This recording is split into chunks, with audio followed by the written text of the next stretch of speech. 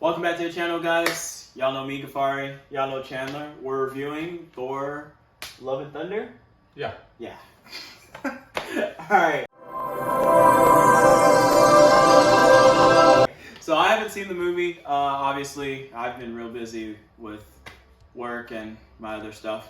But he has definitely seen the movie, and he really liked it. So I wouldn't go that far. okay. Well, he thought it was good. I thought it was enjoyable. Okay. Alright, you can take it off, man. Well, it's the fourth Thor movie in the fourth franchise. The fourth movie in the Thor franchise. You really have to say that slow. I'm not gonna lie. But it's also the 29th overall movie in the MCU. Stars, of course, Chris Hemsworth, who is basically, I think he's only known for playing Thor. Because I can't think of another movie role that he's actually famous for. Yeah. Stars Natalie Portman, who's returning as Jane Foster, who we haven't seen since Thor: The Dark World. Yeah. Less said about that movie, the better. And Christian Bale, our former Batman, returns to comic book films to play Gore the God Butcher, aka the villain of the film. It's directed by Taika Waititi. I'm still saying that. I know. It still sounds like we're saying it wrong. I know. I know him from What We Do in the Shadows. I love Taika Waititi. Also directed. That show's good, man. He's the producer of the show, but he starred. I think he directed the movie that the show's based off of. Okay. But anyway, I know he's also directed Jojo Rabbit, which came out I think last year, or year before, which is a really good movie. Really? If you haven't seen it, see it. Okay. Which you haven't, so see it. But where was I at? Oh yeah, where were you at? We were going into the what's it called, the storyline? Oh, the plot? Yeah. So basically Thor enlists the help of King Valkyrie and Jane Foster, who now has Mjolnir, which was destroyed in Thor Ragnarok, but it's back. She has the Mjolnir, and she now has the power of Thor.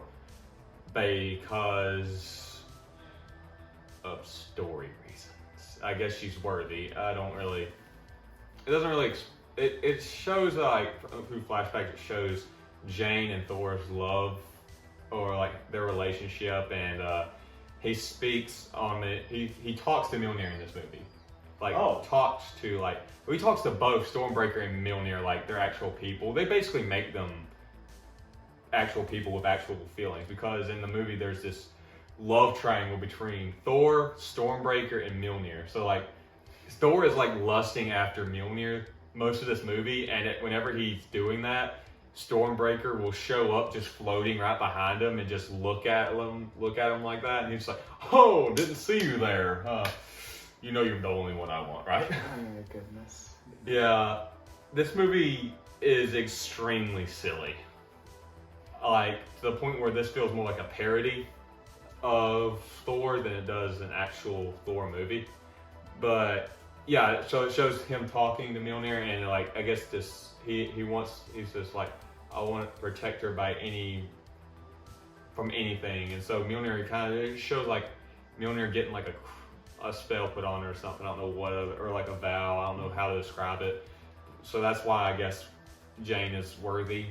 So, because we find out in the movie Jane has cancer.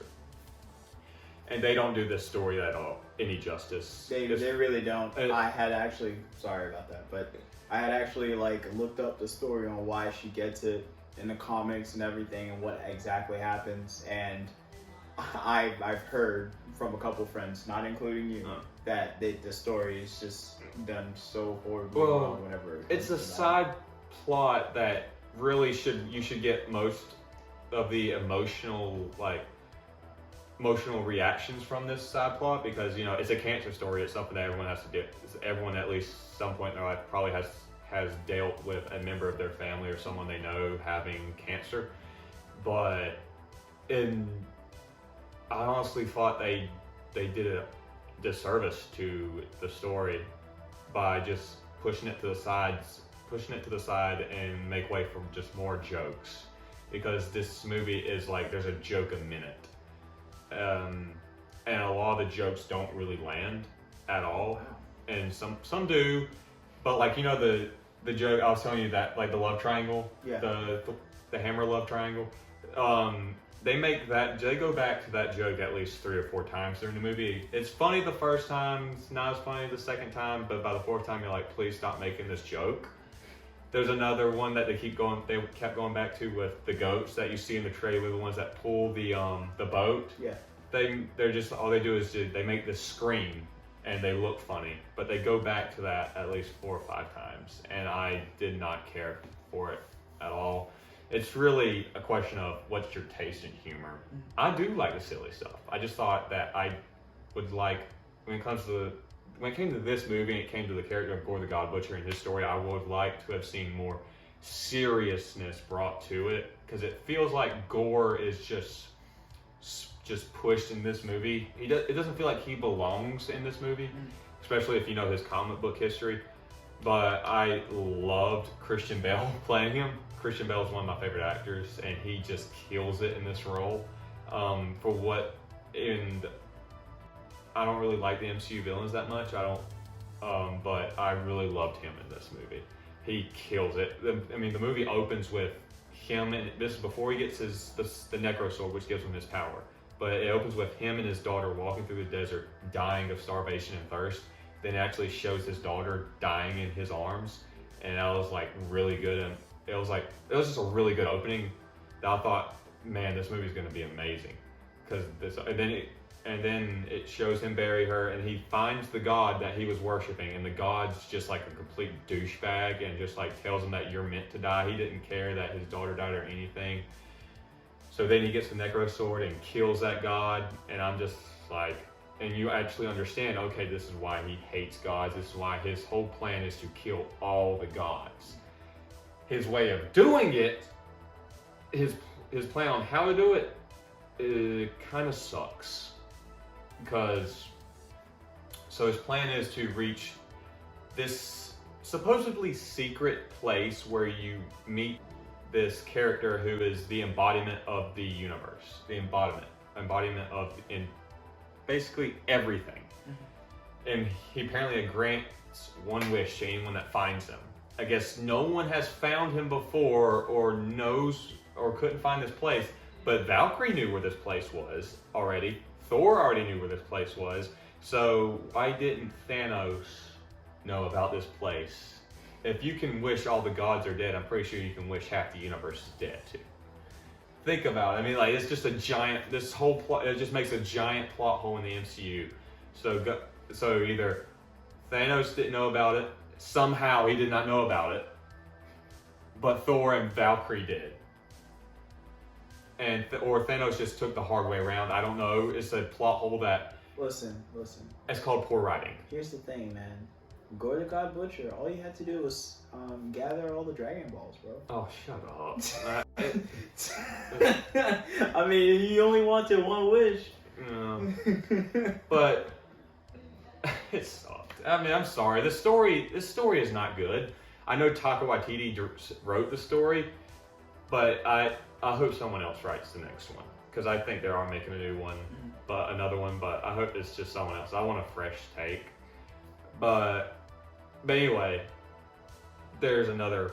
I will get to the wish that was made in a minute, but first I want to get to the whole, more in depth of the story. So basically, Gore's going around killing all these gods, and then he gets to Asgard, New Asgard, on Earth, and releases these shadow creatures that he creates with the Necro Sword, which is his weapon that gives him his power. There's a fight. That's where Thor sees Jane has Mjolnir and has the power. And Gore ends up stealing or kidnapping all the children and holds them captive, threatening to kill them. So he basically steals the Penguin's plot from Batman Returns. Not really it's dark, which is a dark plot if you think about it. But they make it into a joke. Yeah, I felt like that's where they were gonna go with it. They turn it into a complete and total joke. Like, you don't feel that any of these kids' lives are in jeopardy because they just keep cracking jokes about it. Like, okay, one of the kids that's kidnapped is Idris Elba's character from the Thor movies. I can't remember his name. Okay. Heimdall, who can see the whole universe. So his son is one of the ones that's taken. So, but his son has the power of sight, so he can actually show Thor where they are and everything.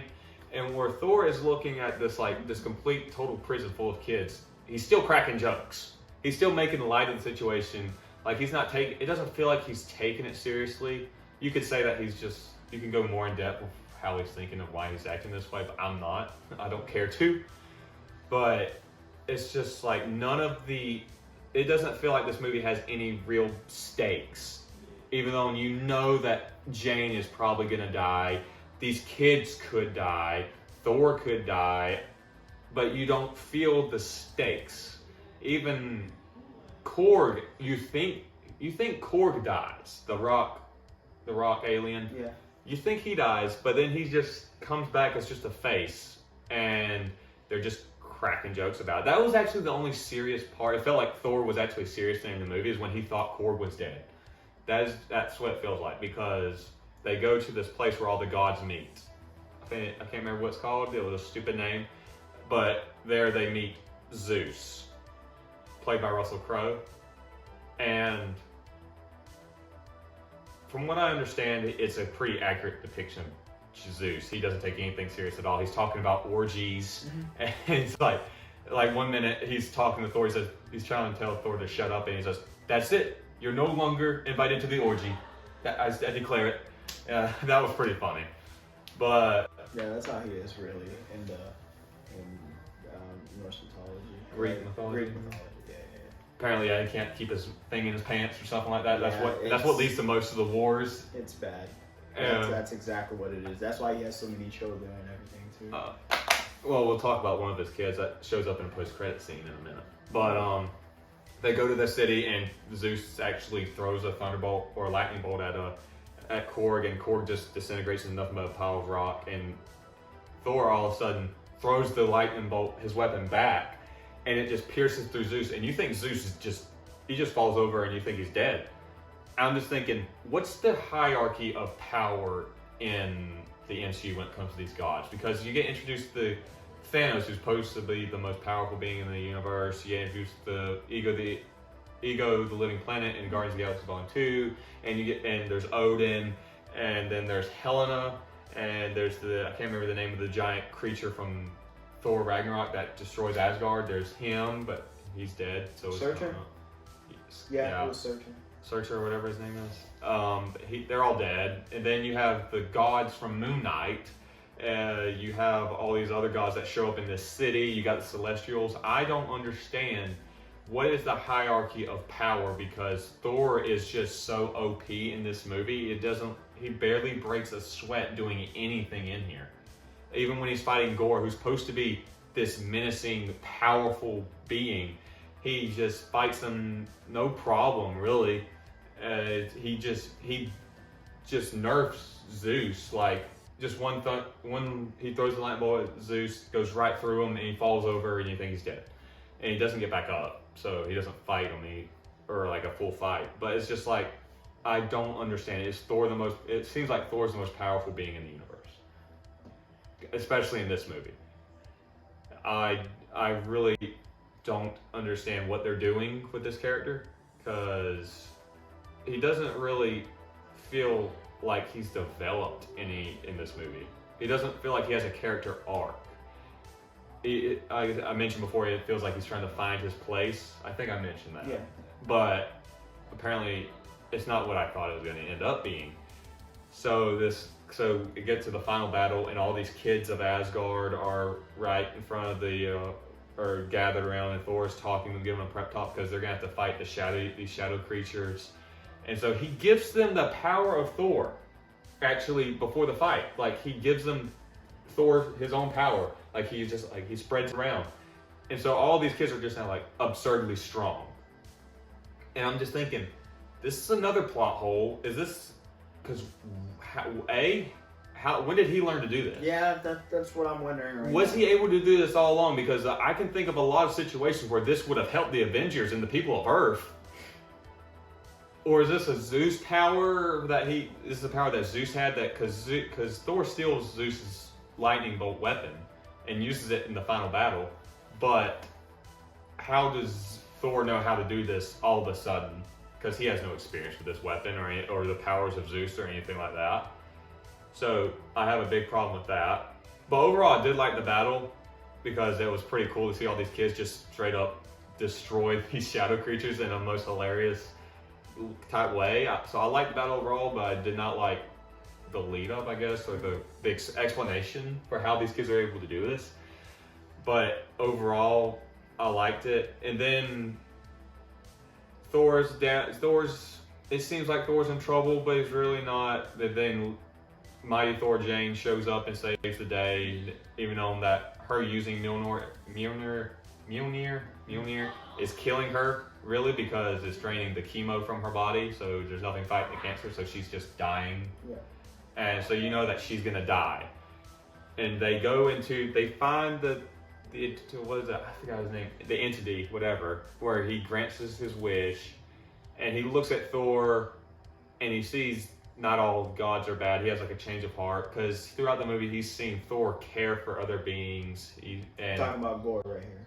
Yeah, have I been saying Thor? Yeah. Gore Thor, that's sorry, but Gore Thor. But anyway, Gore is about to make his wish. He sees Thor holding Jane in his arms. She's dying, and I thought that they were going to wish Jane's cancer was going to get rid of. Yeah. That's what I thought. That's where it was going. They're going to wish away. So that didn't happen? No. I thought they were going to wish away. What I thought was going to happen was they were going to wish away Jane's cancer, and then at the end, like the final joke, they were going to say, you know, we could have wished away all cancer, but like I thought that would have been hilarious if they just wished away Jane's cancer, and they just realized right at the end of the movie, they're like, you know, we could have cured all cancer. I thought that would have been a much better ending, but instead, Gore wishes his daughter back to life, even though Gore is dying, and so is Jane, and but there's no one there to take care of her. So end up Thor. It really becomes Thor's daughter, which I did not care for at all. I did not care for that idea. Period. I thought it was quite stupid, to be honest. So now Thor's purpose in life is taking care of his daughter and saving the universe with his daughter, because she also has the powers of Thor. I don't understand. How does she have the? I'm guessing he gave it to her full time. I don't. It doesn't really explain, because at the final shot is Thor and her attacking an army, and Thor's is using Mjolnir and she's using Stormbreaker. But I guess you don't really have to be worthy to hold Stormbreaker, because it doesn't have the if they be worthy, they shall have the power of Thor. That little, I don't know, spell, whatever you want to call it, enchantment, and the enchantment over it. But still, it felt weird. I did not care for the movie overall, but I still enjoyed it. Like, it's enjoyable the first go around, but it's a movie I'll never watch again. I would say I'll probably never watch it again. Kind of like most of the MCU shows and movies that have been coming out lately. Yeah. But I'd say besides Shang-Chi, but Eternals and Doctor Strange Multiverse of Madness, and basically all the Disney Plus shows I've watched since, and I've never watched them again, because I just have no desire to. I think that's a big problem with the MCU right now, is that rewatchability, that none of these films are rewatchable to me. I don't know if have you noticed that? Like, have you? No, I don't go back to them at all. Like, even before Phase 4? Yeah. No.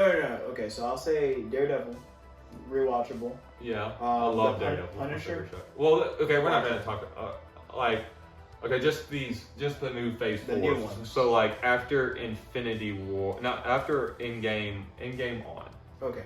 I'd say the only rewatchable one that I would definitely rewatch is Moon Knight. That's it. The show, but as far as movie-wise, I was gonna say Spider-Man No Way Home. I wouldn't watch, to be honest, Spider-Man Far From Home. I don't really watch it at all. But No Way Home, I love No Way Home, and Shang-Chi. Those are the only two that I have. I really like Shang-Chi. Yeah, those are the only two that have rewatchability to me, because it feels like the MCU is becoming a one-trick pony. Yeah. Especially when it came to this movie. they just let Taika Waititi just loose. They let him loose. His comedy, his sense of humor, his style of humor is just covers this movie.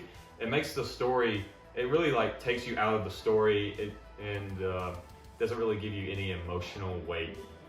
Like doesn't make you feel like having an emotional attachment to these characters or any of the movie. It's just like I've checked my watch multiple times to see when this movie was over because I wasn't like emotionally invested in it, so I didn't care how it ended.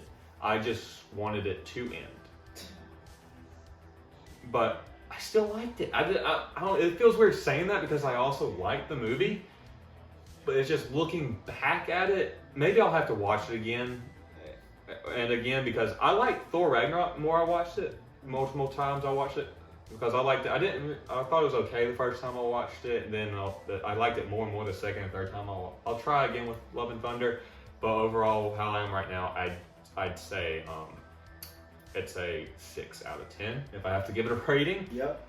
But I'd say check it out still because it's not going to be for everyone, but it's going to be for somebody, and somebody might be you. Quick little question. What was it at the end that they showed? There was 2 post-credit scenes. Okay. One, it shows Zeus still alive, and he's basically declaring war on, I guess, the Avengers. I know he's declaring war on Thor. But then it cuts to him, he's talking to somebody, and it shows who he's talking to, and it's Hercules. Oh. So Hercules is going to be going after Thor. Okay, and do you know who that person that's playing him? The guy that plays Roy Kent in Ted Lasso. I can't remember his name. Okay. Which I keep telling you to watch. I keep telling you to watch Ted Lasso. I need to watch Ted Lasso. He's playing Hercules, and the second post-credit scene just shows Jane going to Valhalla and being introduced to Valhalla by what did you say his name was? Idris Elba? Yeah. Heimdall. It shows Heimdall introducing her to Valhalla. So, in my opinion, she is dead and not coming back. Because if you show a character going to heaven, she cannot come back from heaven. I'm sorry. Then it just negates the point of heaven. It does a disservice to it. Yeah. But okay. I mean, I kind of like a good bit of what you said as far as like movie wise. I mean, I'd probably watch it with what all you just said, but the not taken seriously part was, especially with gore being gore. Yeah, you have such a good character with gore that you can do so much with, but they just don't really do anything to stand out besides he gives Thor his daughter. Yeah. And you know the bad thing is his name is Gore the God Butcher. They call him that in the movie, but there's not one scene where he's butchering gods. Which I feel like this movie was only 2 hours. They should have I wish they had added like 15, 20 minutes to this movie to show more gore and like maybe the pacing, because the pacing is kind of pretty fast and kind of erratic in this movie. Well, even then, okay, thinking about what you just said, they probably could have just showed a compilation of him killing gods. Yeah, that's what I mean. Like, just show a compilation of him absolutely just tearing through these gods that you don't even have to tell us who these gods are, how powerful they are. Just make them look cool and show Gore just wrecking them. Yeah. And that would have made me feel like, oh, Thor's in trouble with this one. But I didn't feel that at all, really, much with this during this movie. I thought, wow, Thor could break out of this at any time he really wanted to. Thor could stop him here, because every time they fought and before the final battle, it ends with either Thor running away or someone else getting hurt, and Thor has to leave to save them. All right, so 6 out of 10. Okay. You have any other things you want to say about the rest of the movie?